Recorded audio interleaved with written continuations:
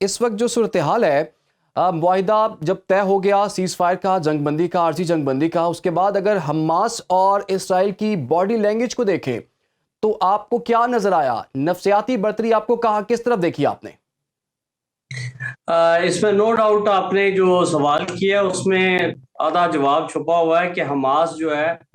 اس کی body language زیادہ مضبوط ہے۔ آپ نے اتنے دن کی جنگ دیکھی، اس کے اندر کسی ایک دن بھی کسی بھی فلسطینی نے حماس کے بارے میں کوئی بیڈ ورڈز نہیں استعمال کیے، جبکہ اگر آپ اسرائیل کو دیکھیں تو نیتن یاہو کے خلاف بڑے بڑے مظاہرے، جنگ کو مس ہینڈل مس لیڈ کرنے کے الزامات، سیاسی اختلاف،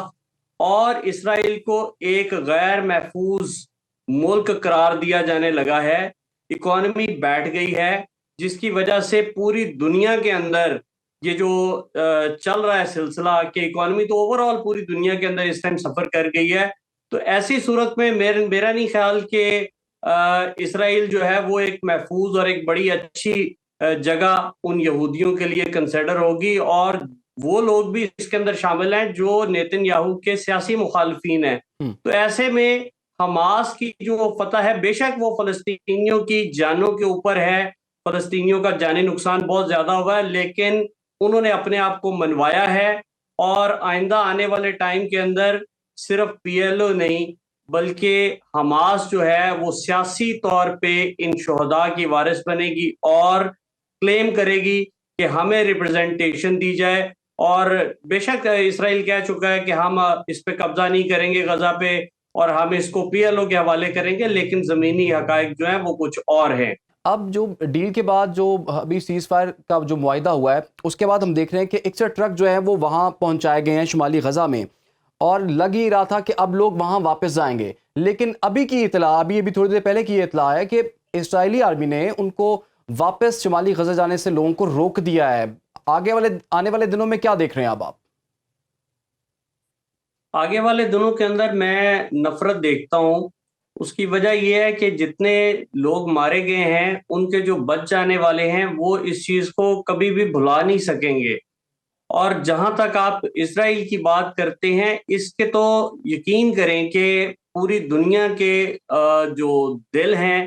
وہ فلسطینیوں کے ساتھ، اور حکمران جو ہیں جیسے میرے کو پینلسٹ جمیل صاحب کہہ رہے تھے کہ وہ اپنے حکمرانوں کے ساتھ، مطلب حکمران جو ہیں وہ اسرائیل کے ساتھ ہیں۔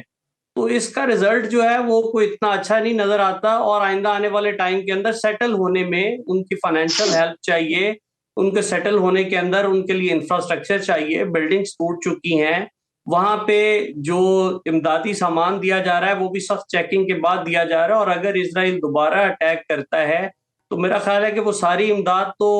کسی کھاتے میں نہیں جائے گی، وہ سارے کا سارا تو سسٹم ختم ہو جائے گا۔ تو میرا یہ خیال ہے کہ اس کے لیے کوئی پرماننٹ سیٹلمنٹ کا حل نکالنا چاہیے، اور اس کا حل اس سے پہلے پروگراموں میں بھی میں بات کر چکا ہوں کہ دو قومی ریاست جو ہے اس کے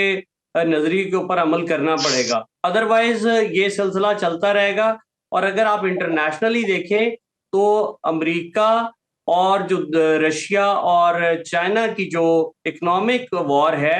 وہ اس علاقے کے اندر بھی آپ کو نظر آتی ہے۔ اگر آپ دیکھیں تو طاقت کا توازن جو ہے وہ مغرب سے مشرق کی طرف منتقل ہو رہا ہے، وہ امریکہ کو ایکسیپٹڈ نہیں ہے۔ تو اس علاقے کے اندر ان دونوں بلکہ تینوں قوتوں کی جو دلچسپی ہے وہ بڑھتی ہوئی نظر آ رہی ہے۔ تو آئندہ آنے والا ٹائم جو ہے وہ بہت کچھ نیا لے کے آنے والا ہے۔